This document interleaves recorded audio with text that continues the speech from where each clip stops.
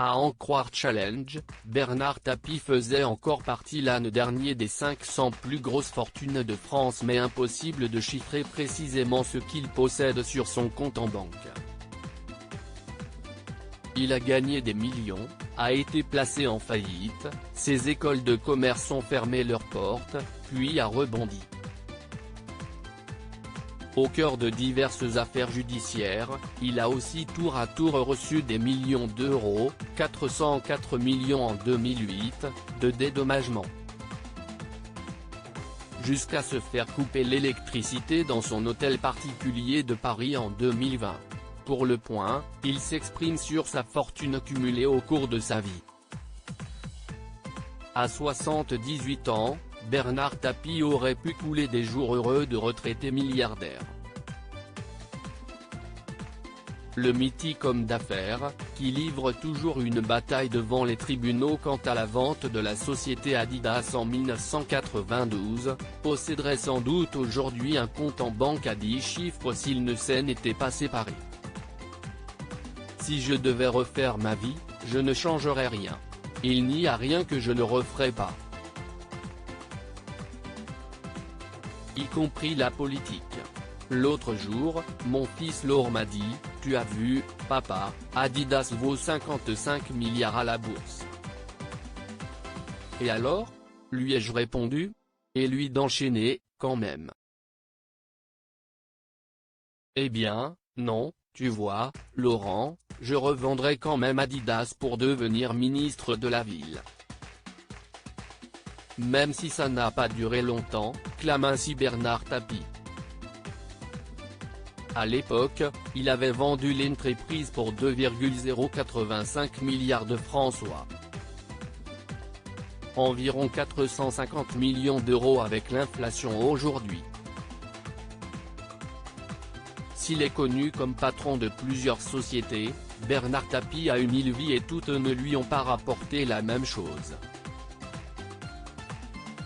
Mais ce n'était pas systématiquement l'argent qui l'intéressait. Jouer avec le louche, faire de la télé, du théâtre, faire des dîners-conférences, gagner le Tour de France avec Hinault ou la Ligue des Champions, battre le record de la traversée de l'Atlantique, ou participer au redressement et au sauvetage du groupe de presse La Provence.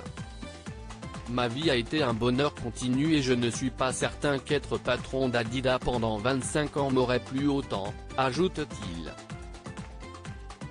Dans le détail, Bernard Tapie confie par exemple que ses cachets gagnés à la télévision quand il présentait le programme Ambition, 5 numéros au total entre 1986 et 1987, n'ont jamais fini à la banque.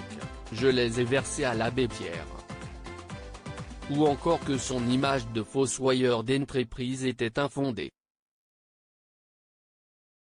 Je ne me suis jamais versé de salaire ni de dividendes dans aucune des sociétés que j'ai possédées.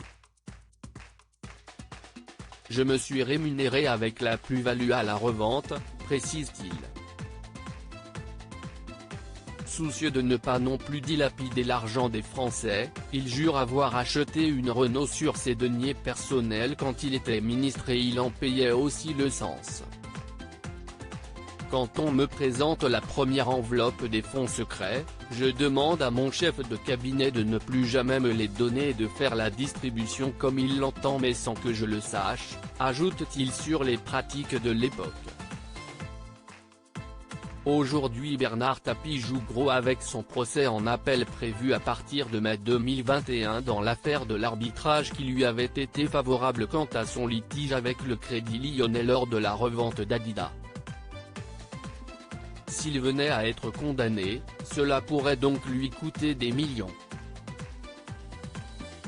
Avec le risque de devoir se séparer de ses biens, comme son hôtel particulier de Paris ou sa villa de Saint-Tropez, l'homme d'affaires, qui lutte contre le cancer, a aussi racheté il y a quelque temps l'enseigne alimentaire bio La Vie Claire. Devra-t-il renoncer à ses affaires ? Le Point, édition du 22 avril 2021.